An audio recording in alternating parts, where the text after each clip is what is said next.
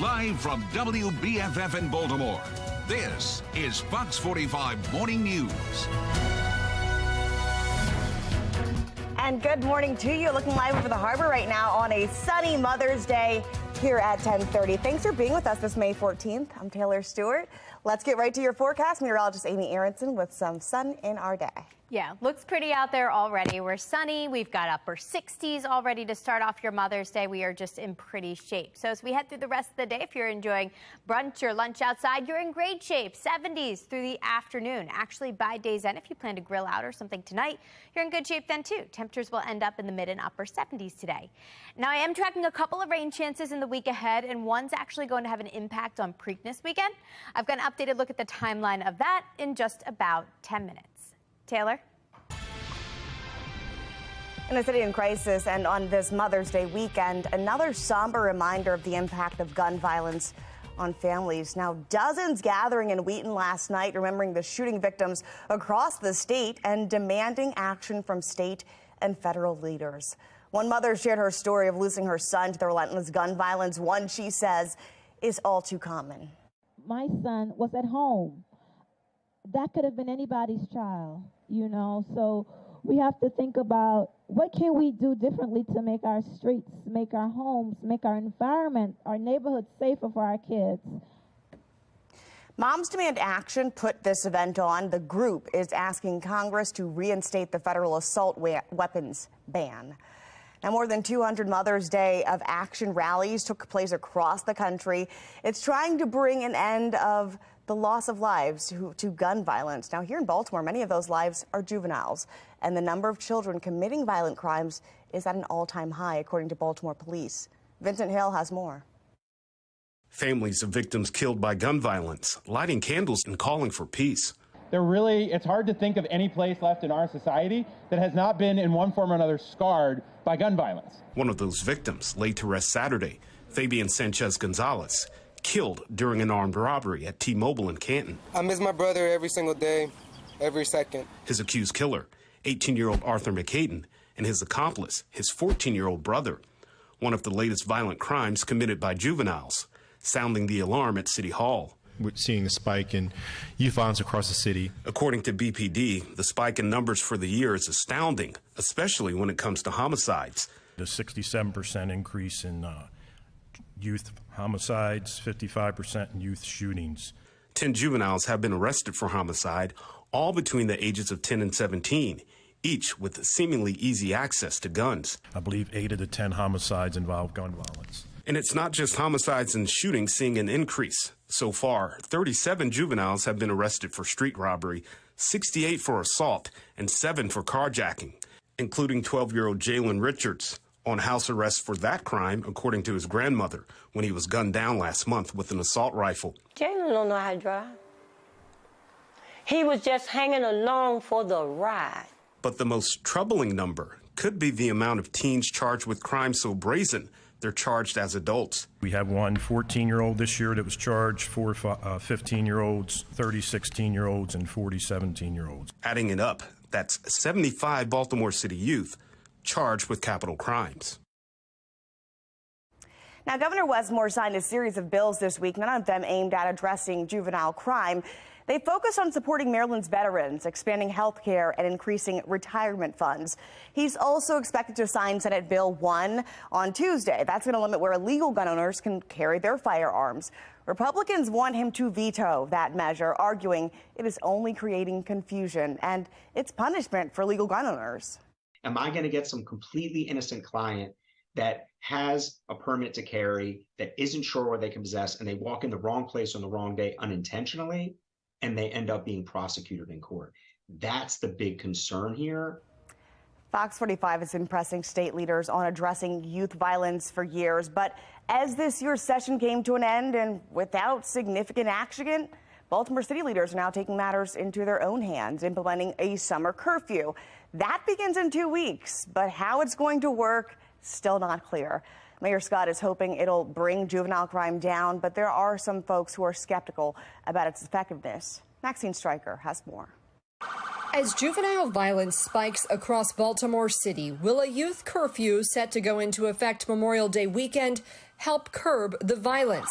We will be enforcing the youth curfew. The mayor announced the curfew on Easter after 2 teenagers were shot at the Inner Harbor, but he's been vague on the details of exactly how it will work. And Memorial Day is when it will start, and Memorial Day is when we'll be showing everybody what we're and how we're going to be doing, and doing it in a more evolved way than we have before. On WBAL's C4 and Brian Neiman show this week, he was pressed for answers yet again. So how will it be enforced, and when will it go into effect? We're going to do the enforcement with youth curfew, building off the success that we had with the Squeezy Collaborative, with the same kind of dual approach. But still was tight-lipped on just how it will be enforced. Will a cop be able to go up to a teenager and say, hey, you don't look like you're 18.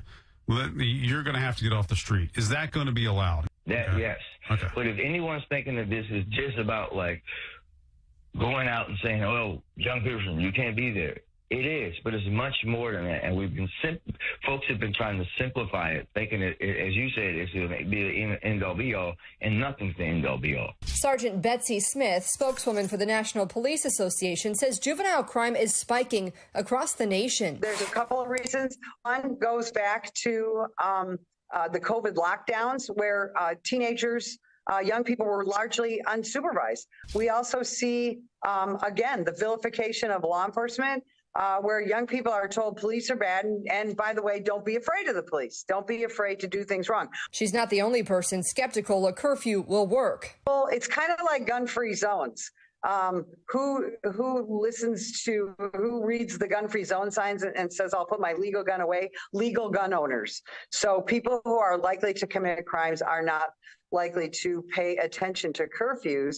And with police operating at a shortage of more than 500 officers, she questions if this is the time to put more work on their plates. Do you have enough police officers to be able to, enforce curfew laws when you don't have enough police officers to even investigate homicides?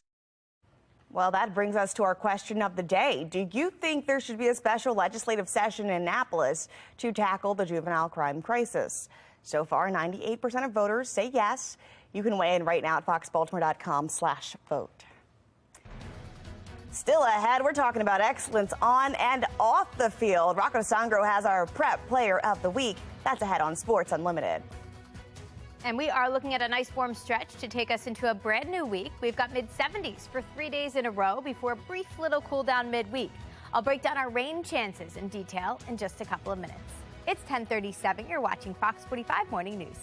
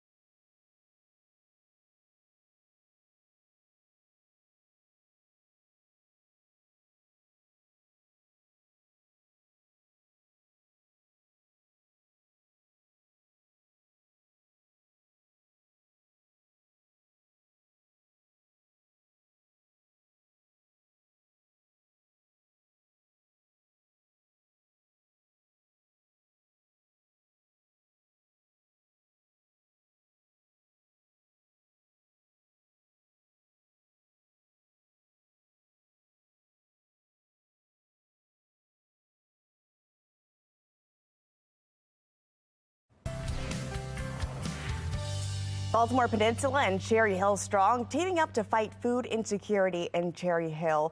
They're preparing 2 candy trucks, which offer more than just sweets. The trucks are a way to bring food, fresh food, drugstore items to areas that just don't have easy access to grocery stores or pharmacies. Organizers say it's a more reliable option than convenience stores, especially for folks who want to eat clean. There's a lot of food deserts. There's been a lot of research behind what those food deserts are, and if there is a convenience store or source where there's not healthy access to food. So their partnership with Black Yield Institute is also that, where you want fresh vegetables, you want fresh foods, and how do you go about getting that? And so between SNAP benefits being decreased now that, it's just a growing need. When you think about just your basic needs of food, clothing, and shelter, food is always first. Now, many of the food items are locally sourced using excess food from farmers markets across the city. Organizers stress this is just a temporary fix, and they hope Cherry Hill can have a full grocery store very soon. In just a few hours, the Orioles taking on the Pittsburgh Pirates. Just ahead, what you can expect at today's Mother's Day game. And we're looking at highs in the upper 70s for your Mother's Day. Just ahead, how your work week's going to shape up. You're watching Fox 45 Morning News, all local, all morning.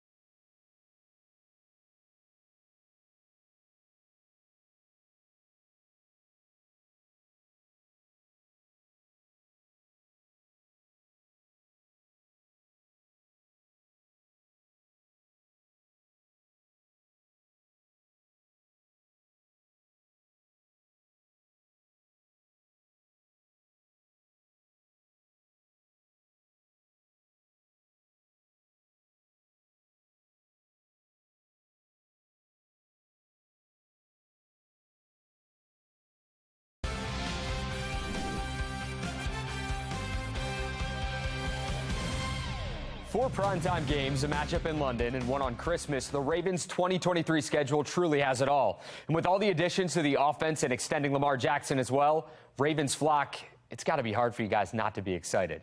Lamar and the Ravens kick off their season September 10th against the Houston Texans at home. That marks the debut of offensive coordinator Todd Monken and his new system offensively. For Monken, the Ravens extending Lamar was, of course, big, and he's ready to get to work with a talented group of guys who will be out there catching passes from their star QB. Again, we're excited about, one, getting Bateman back healthy. The other guys that have been here, that the organization drafted, that it's our job, our duty. We're in the development business to develop them and to maximize their measurable skill set. That's what we're paid to do. And the additions of Nelson and Odell and Zay to add to the room. So I'm excited when they all get here to see that and see the competition. And our tight ends as well, Mark and Zay, our running back room. I'm excited to get started, but there is only one ball.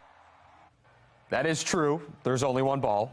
One of the guys Munkin mentioned was Zay Flowers, who isn't the biggest guy in the world, but at 5'9", he plays big. His quick first step and great hands make up for his size. Many considered Flowers a slot receiver coming out of Boston College, but this dude can play inside or out. The Ravens had Flowers as their top wideout on the draft board, and the rest is simply history. Explosive speed, all right, and he's strong. Like, he's not big, but he's strong. So you watch him, you watch guys grab him. He can fight through contact. He can fight off contact. He can handle the bump. You see it, and then his ability to play big for himself, for his size at the catch point. He just got a route ability at all, really, X, Y, Z, wherever. Just line him up. Not only is it Lakia Anderson's first season of high school lacrosse, the Patterson Junior goalie is the lone girl on a team full of guys. For a big double-digit save game and making some school history, Anderson is our prep player of the week.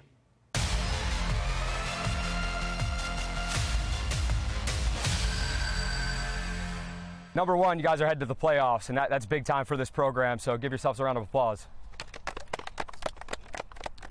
Big reason for that success, Lakia Anderson, 15 saves against Digital Harbor, and she has been an absolute force in net for this team. And for that, Lakia, you are our prep player of the week. Congratulations.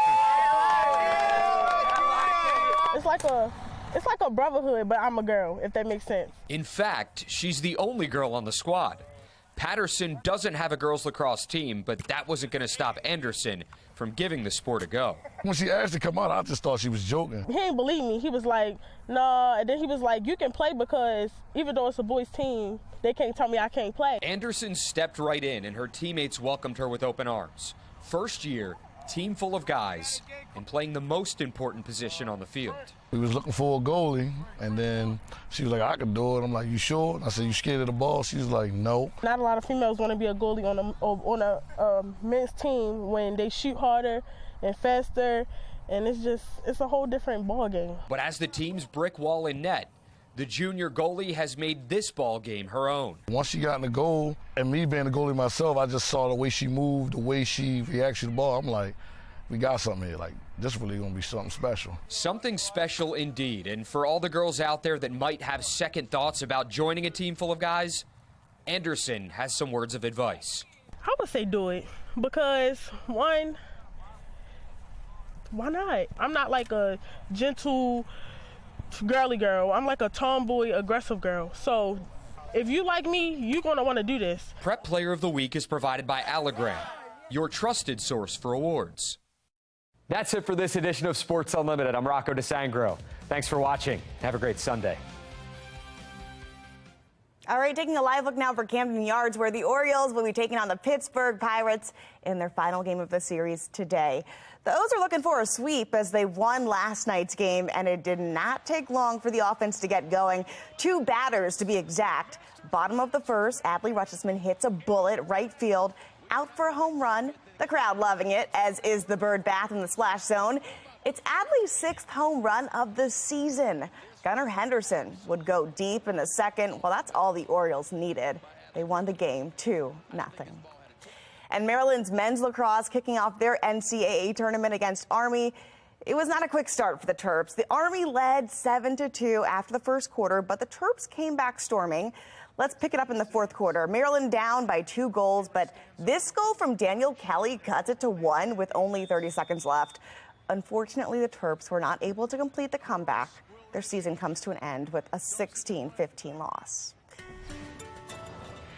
All right, let's get over to meteorologist Amy Aronson as we look toward a sunny Sunday. I just stepped outside. What a great day for Mother's Day. I can't wait to step outside. I'm sure it feels really nice out there now. Perfect if you want to get that garden started. We normally say Mother's Day weekend is a good time to start your garden here in Maryland, and today's a perfect day for it if you want to do some work in the yard. Monday looks nice too. Showers not so nice on Tuesday. So Tuesday I'd hold off on any outdoor yard work, but by Wednesday you're in good shape again, getting the green light. Pretty day down at Camden Yards if you're headed out out to celebrate Mother's Day at the ballpark, you've got sunshine on your side. Plus, it's going to be nice and warm. Mid-70s, that's where we're headed today. I'm tracking some spotty showers by Tuesday and then another weather maker by the end of the week, and that's going to have an impact on Preakness. This morning, the weather maker from yesterday is sinking well to our south. That means not much happening behind it. We're actually seeing that fog advisory disappear along with the clouds, making way for lots of sunshine across our region. And sunshine will stick around today. That's what helps bring us into the mid and upper 70s this afternoon. Really nice finish to the weekend. Looks like some clouds pass through overnight, but by tomorrow morning, we're starting off comfortable again. Upper 40s, low 50s to begin, and another round of the 70s Monday afternoon. It's Tuesday that chance for showers scoots in from the west. Tuesday morning looks dry, but by midday, we are tracking some scattered showers with highs in the mid-70s at that point. Here's a look at that baseball forecast for today. For the Orioles, we've got some sunshine, temperatures in the mid-70s. Going to be a beautiful day for hopefully another win and a sweep there. We are looking at more sunshine on Monday with highs in the mid-70s. Tuesday, not quite as nice because we're tracking some on and off showers by the afternoon. That's actually going to cool us down. We're closer to 70 by midweek, but we are dry again, at least Wednesday and Thursday. Now, unfortunately, we're not going to stay dry heading into Preakness weekend. Looks like a new weather maker will be moving in, tracking some spotty showers, courtesy of that for Black-Eyed Susan Day on Friday. Temperatures in the low to mid-70s. We've got another round of scattered showers possible for Preakness. Don't think it looks like a washout, but I would be prepared and just have a rain jacket on standby. If you are headed out to any of the festivities this week, we want to see your Preakness pics. Send them to us, foxbaltimore.com/chime-in. And we are looking at a pretty nice week overall. Yes, we've got some scattered showers on Tuesday, and yes, that cools us down just a little bit Wednesday and Thursday, but otherwise not bad. Temperatures hovering right around where they should be for this time of year. By Friday, we do throw in that risk for some spotty showers, scattered showers by Saturday, but it looks like high temperatures will stay in the mid-70s all the way through next weekend. Taylor? All right. Well, today is Mother's Day, but some folks got started early. The Casey Cares Foundation put on a Mother's Day tea celebration in Baltimore, celebrating all the mothers who care for their critically ill children. The event drew about 100 people and included a special brunch and activities for the kids. And how about a picture with us, wishing a very happy Mother's Day to her mom and her daughter, 3 generations there.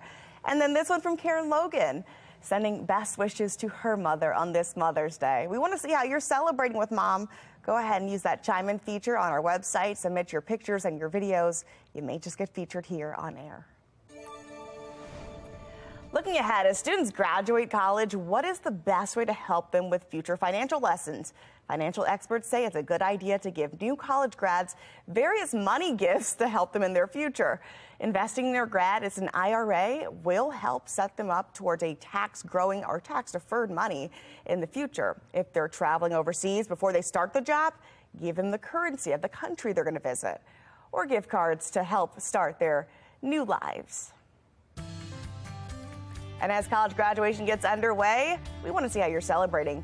And Maryland then high school graduation is taking place shortly thereafter. All of those commencement ceremonies, we want to get those here on Fox 45 and feature them on air.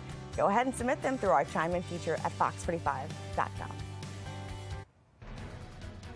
Looking down at the Towson camera, you can expect some sunshine today as meteorologist Amy Aronson shares her exclusive 7-day forecast after the break. You're watching Fox 45 Morning News, all local, all morning.